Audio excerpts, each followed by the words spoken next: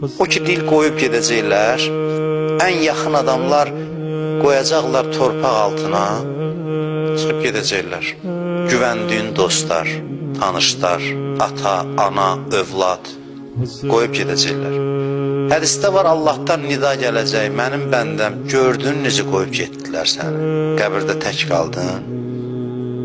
Bunlara görə mənə günah eləyirdin, bunlara görə məni yaddan çıxartmışdın, görürsən necə başını aşağı salıb gedirlər, hamısı öz hayında, heç səni düşünən yoxdur. Sənə nə kömək eləyə bilərlər? Deyib, bəndəni vəhşət bürüyər, ilahi mən tək qaldım qaranlıq qəbirdə. Qorxu bürüyər. Allah deyər, qorxma mənim bəndəm. Səni elə nəvaziş eləyəcəm ki, yerin, göyün bütün məxluqlarını təəccübə gətirəcəm. Sənlə elə mehriban davranacam ki, hamı təəccüb eləyəcək. İlahi, bu bir ömür sənə günah eləyən adam deyildi. Bu səndən başqa hər şey arxalanmışdı. Eybi yoxdur. Yenə də bəndən mənə qonaqdır. Heç kəs yoxdur ki yanında. Ürək dirək verəni də yoxdur. Dostlar qoydu getdi hamısı.